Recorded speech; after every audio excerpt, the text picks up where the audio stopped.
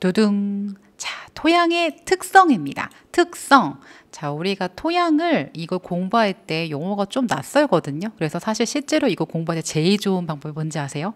옆에다가 흙을 좀 놓고서 공부하시는 거예요. 옆에다가 흙 덩어리 좀 한 주먹만큼 퍼와서 옆에다 두시고 이것을 막 지켜보는 거죠. 그래서 먼저 오늘은 물리적 성질과 그 다음에 화학적 성질을 보실 거예요. 자, 먼저 물리적 성질, 물리적이란 말 참 낯설죠. 이 물리적이란 거는 겉으로 봤을 때 흙이 이렇게 생겼구나, 아니면 이렇게 만졌을 때, 그래서 눈으로 보거나 만지거나 약간 구조적으로 봤을 때의 요소들을 물리적이라고 합니다. 자, 그럼 흙을 옆에다 놓고 한번 보시면서 생각해 보도록 할게요. 자, 먼저 토양의 3상과 4성분이 있어요. 따라해 볼까요? 3상과 4성분. 한 번 더. 3상과 4성분. 자, 3상. 세 가지 상이 있죠? 고상, 액상, 기상.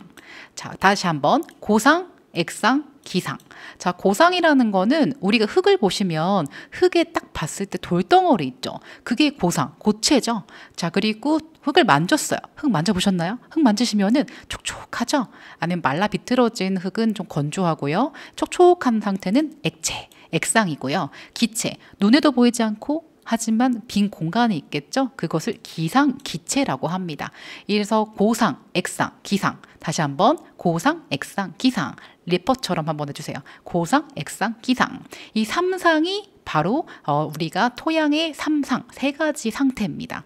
자, 그런데 고상이요, 무기물과 유기물 이렇게 두 가지로 구분됩니다. 자, 무기물, 유기물. 자, 한 글자 차이죠. 무와 유. 그럼 뭐가 있고 뭐가 없는 걸까요? 자, 앞으로 유기물이다 라고 나오면 탄소를 포함하고 있다 생각해 주세요. 어떤 원소요? 탄소요. 그래서 고상 중에서 무기물은 45%, 유기물은 55%, 이 정도가 있는 게 바람직한 이상적인 비율이다라고 얘기하는 거죠.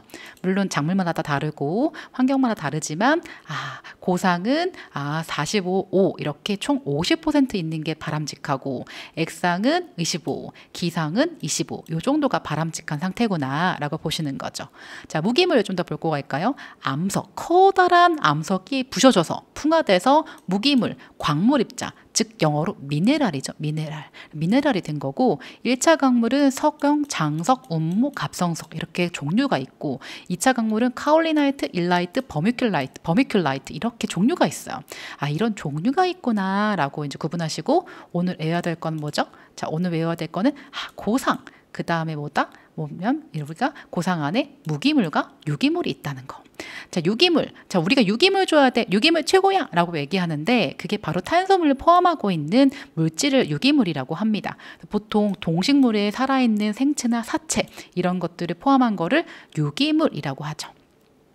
자, 액상은 물질, 여러 가지 물질과 이온이 포함된 수분, 물이죠. 그래서 비열, 비교하는 열이 가장 높고 모관수가 이용되죠.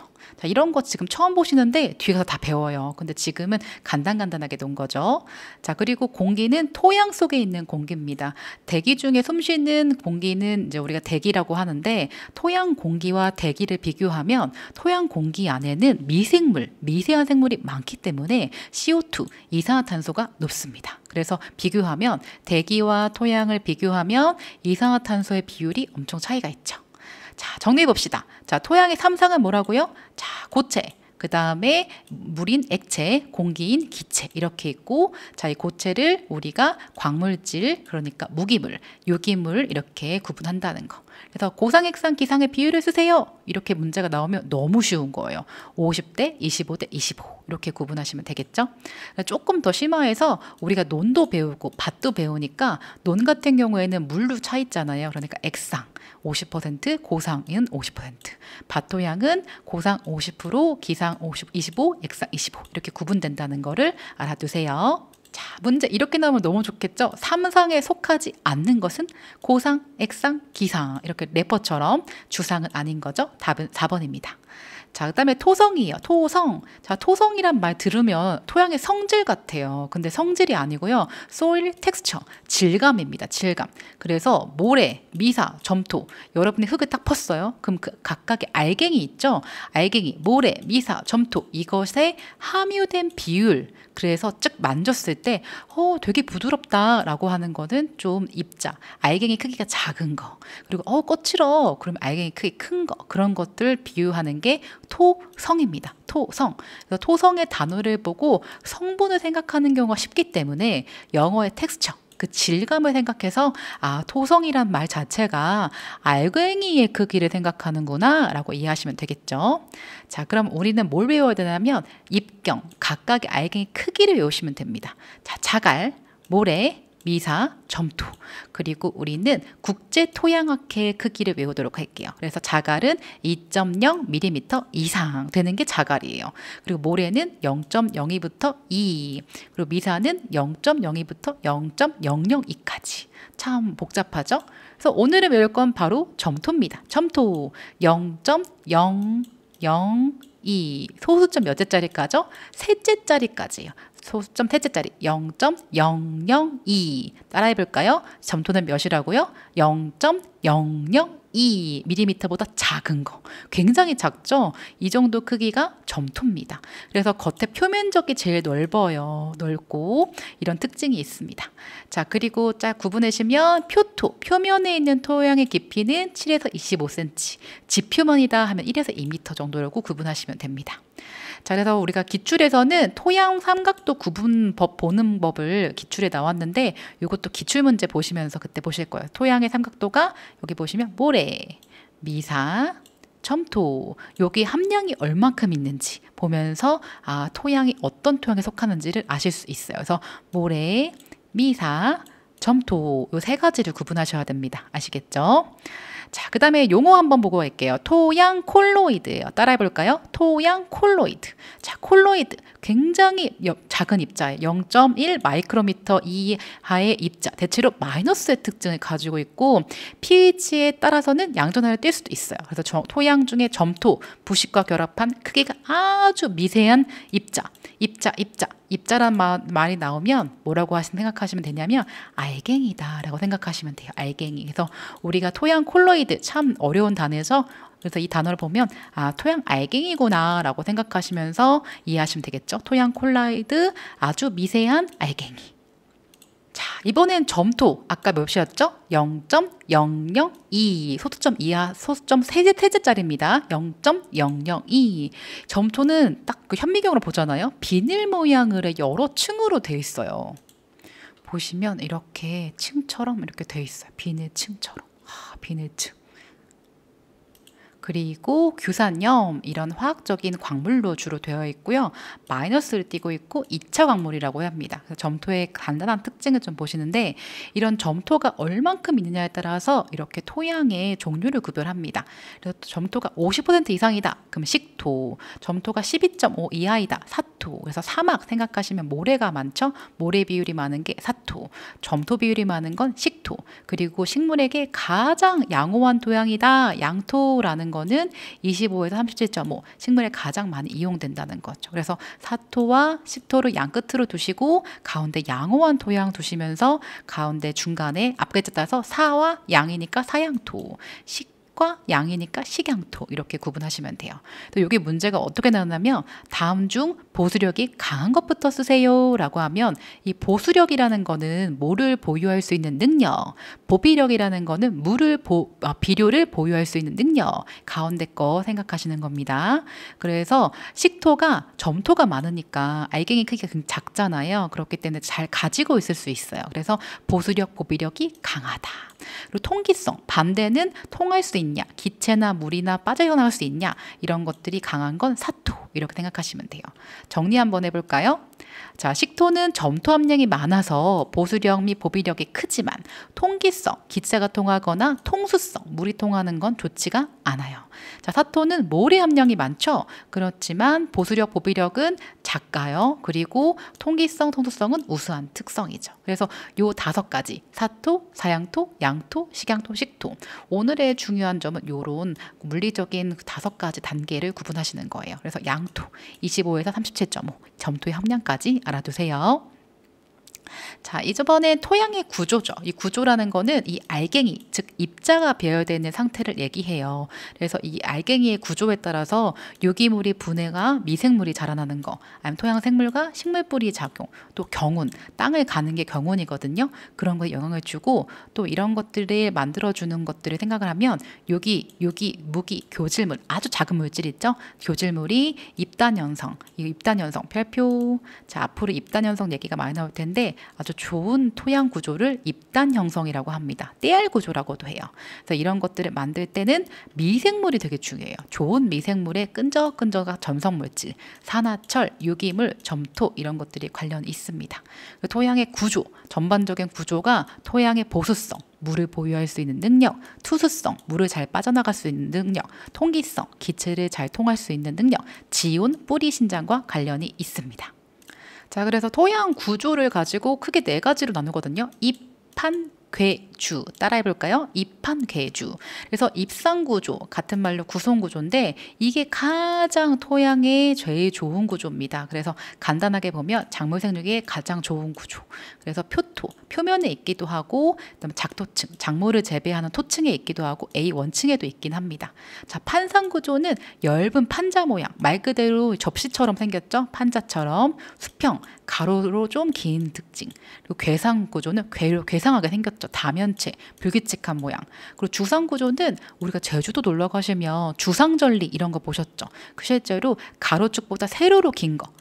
위에서 아래로 세로로 긴 구조를 이렇게 주상구조라고 해요. 그래서 토양의 구조가 입판괴주 이 4가지로 이제 분류되어 있습니다.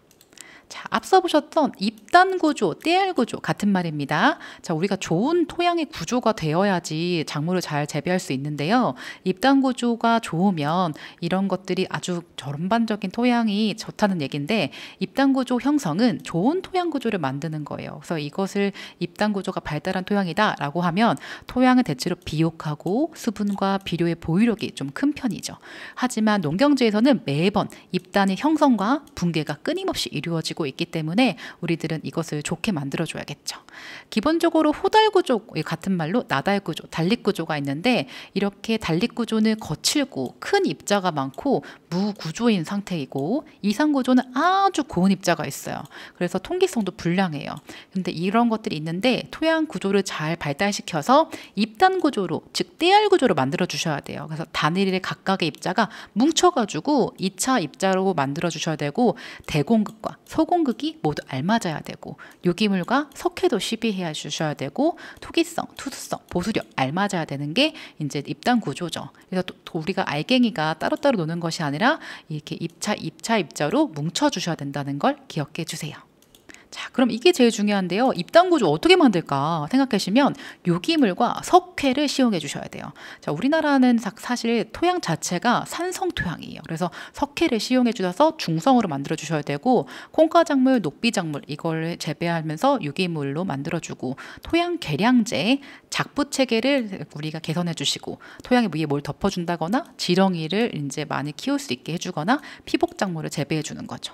자, 그럼에도 불구하고 입단이 파괴될 때가 있어요. 그럴 땐 언제냐? 땅을 너무 심하게 갈 때, 많은 경운을 할 때가 이렇게 문제가 생겨요. 그리고 너무 춥거나 너무 덥거나 입단이 늘어나거나 수축하거나 습윤, 건조, 동결, 융해, 고온과 저온, 기상이 왔다 갔다 거리면 이렇게 또 입단이 파괴돼요.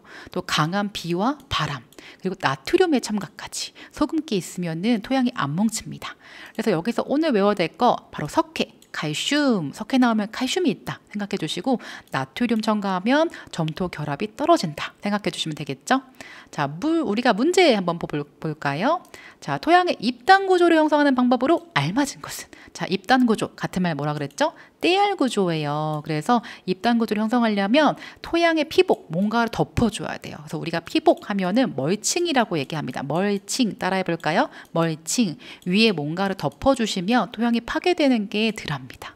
토양을 우리가 파괴하려면은 아까 보셨던 것처럼 심하게 경운하거나 심하게 땅을 갈거나 입담, 이 토양의 알갱이 구조가 팽창하거나 수축하는 걸 반복하면은 우리가 입담 구조가 파괴되고 나트륨 이온이 첨가하면 토양이 또 파괴되겠죠. 자, 이번에는 토양의 공극입니다. 공극. 자, 이 공극이란 단어 보면 무슨 생각이 드세요? 자, 우리 공기만 생각하실 거예요. 아마 아까 전에 우리가 토양의 삼상, 고상, 액상, 기상 보셨을 때 공극이란 말은 물과 공기가 차 있는 공간을 공극이라고 합니다. 그럴 때 이것을 알려면 우리가 밀도라는 부분을 공부하셔야 돼요. 자, 밀도는 뭐냐면 우리가 과학 시간에 배우는 건데 부피분의 무게예요. 전체적인 부피분의 무게. 그래서 밀도가 두 가지가 있어요. 용적 밀도, 입자 밀도. 따라해 볼까요? 용적 밀도와 입자 밀도. 자, 그래서 용적 밀도라는 거는 부피 밀도, 가짜 밀도, 가비중 같은 말입니다. 입자 밀도는 알갱이 밀도, 진밀도, 진비중. 그래서 입자 말 그대로 알갱이죠. 고상, 고체 자체만의 밀도죠. 고체 자체의 부피분의 무게. 자, 그런데 용적 밀도는 우리가 토양 공극까지 생각해 주셔야 돼요. 그래서 토양 알갱이 플러스 토양 공극, 그다음에 토양 건조 토양 무게로 나눠주는 거죠. 그래서 여기서 숫자가 헷갈리실 텐데 입자 밀도는 보통 우리가 2.65로 거의 일정합니다. 그거 기억해 주시고 이제 문제 풀어볼게요. 자, 토양 공극율을 구해야 돼요. 자, 우리가 고상, 액상, 기상 세 가지가 있었죠. 자, 그런데 고체는 우리가 고상, 우리가 50% 이제 이상적인 비율이다라고 했는데 고체는 실제로 무게를 잴 수가 있죠. 자, 그런데 여기 나머지 액상, 기상을 잴 수가 없잖아요. 그렇기 때문에 전체를 1이라고 두고 입자 비중분의 용적 비중을 빼면 나머지 우리가 이제 기상, 액상의 비율을 구할 수 있어요. 자, 그래서 이제 우리가 요 단위에 대한 그런 암기 방법을 좀 배우도록 할게요. 먼저 1 빼기 전체에서 우리가 입자 비중분의 용적 비중, 그리고 입자 밀도분의 용적 밀도, 진 비중분의 가비중, 알갱이 밀도분의 부피 밀도예요. 자, 그런데 우리는 가나다라 마바사 공부하면서 외워보도록 할게요. 자, 용이 먼저예요? 입이 먼저예요? 가나다라 마바사 아차카타파 했을 때 용이 먼저고 입이 그 다음이죠? 용입. 그것도 용입. 그리고 기역 다음에 지읒이죠. 위에가 비읍 다음에 이응이죠. 그래서 위에가 더 먼저 오는 그런 가나다라 순이다 생각하시고 나오는 거대로 우리가 대입해서 하시면 돼요. 자, 그런데 입자 밀도는 알갱이 밀도는 진 비중은 입자 비중은 아까 어떤 숫자로 나온다고 그랬죠? 보통 2.65로 나옵니다. 그래서 이런 문제가 간혹 나오니까 계산기 들고 가시면 좋아요. 자, 우리 지금 토양이 물리적인 거 보고 있어요. 그래서 색을 이제 생각하시는데 토양이 검은색, 아니면 갈색 이렇게 색깔이 있죠. 그래서 이 토양 색에 따라서 토양 생성 과정과 비옥도, 배수 정도, 물이 빠지는 정도를 배수 정도라고 합니다. 이것을 파악할 수가 있고요. 토양의 함수량, 물을 얼마큼 함유함에 따라서 토양 빛깔이 달라요. 그래서 물을 많이 함유했다, 그러면 수분 상태다 이러면 색깔이 진하게 되겠죠. 자, 그럴 때 우리가 색깔을 미술 시간에도 배우지만 어떻게 이제 구분을 하냐면 우리가 전반적으로 색상, 빨간색이냐 파란색이냐 갈색이냐 이 색깔과 명도, 밝으냐 어둡냐, 그리고 채도 이렇게 세 가지로 구분합니다. 그래서 앞글자를 따서 색상, 명도, 채도 HVC 이렇게 기록하고요. 빨강이다 그럼 5R 이렇게 표시하고 명도가 4, 그다음에 슬러시 R 8 이렇게 하면 8이 채도예요. 그래서 이렇게 색상, 명도, 채도 따라해 볼까요? 색상, 명도, 채도 이렇게 구분을 하고요. 그래서 이제 이런 걸 가지고 표시를 하는 거죠.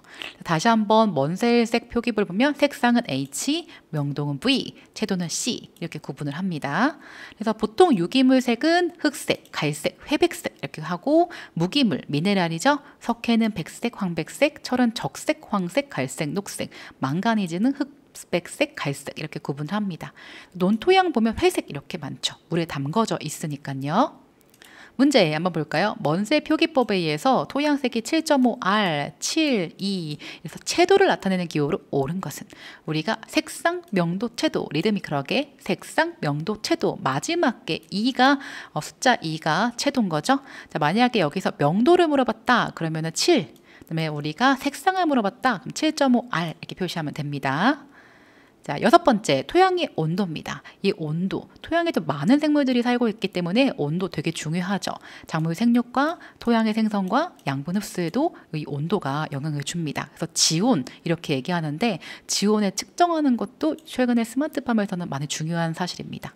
만약에 지온이 낮다, 그럼 뿌리가 호흡을 제대로 못해요. 그리고 뿌리 세포가 원래 형질, 원형질이 이동이 감소가 되고 생리 대사도 감소되고 수분 흡수도 감소돼요. 자, 우리가 뿌리 한번 그려볼까요? 뿌리를 이렇게 그려보면 뿌리가 흡수하는 게 아니라 뿌리에 이제 털이 달려 있어요. 뿌리 털에서 흡수를 하거든요. 물 흡수가. 자, 이렇게 하얗게 보시는 게 루트 헤어, 뿌리털이에요. 여기서 흡수를 합니다. 굉장히 뿌리털이 중요하고, 그 다음에 비열이란 단어를 한번 볼게요. 자, 비열은 토양 1g을 1도씩 올리는데 필요한 열량, 에너지를 물과 비교한 거예요. 그래서 비열이 크면 온도의 상승 및 하강이 느리죠. 그래서 물이 기준인데 무기 성분, 미네랄은 0.2, 유기 성분은 0.4, 공기는 0이에요. 토양의 온도는 수분, 물의 함량에 따라서 영향을 받아요. 그래서 수분이 많다, 그럼 온도 변화가 작고, 그래서 우리가 보통 식토 있죠. 식토가 뭐예요? 우리가 점토가 많은 토양이죠. 여기에 토양의 수분력이 많기 때문에 비열이 크고 온도 변화도 작죠. 자, 우리가 온도 변화가 막 왔다 갔다 금방금방 변하면 작물의 뿌리가 우리가 잘 자라기 힘들어요. 그래서 그런 거 생각하면 비열이란 개념, 비교하는 열량, 이거 생각해 주시면 좋겠죠. 자, 그리고 토양의 열 전도율은 무기 성분이 높고 대립, 우리 알갱이 큰 게 더 높고 밀집된 구조가 더 높고 사토, 우리가 이렇게 우리 모래 토양 이런 게 높고 부식이 함량이 많을수록 열 전도가 좀 늦은 특성이 있습니다.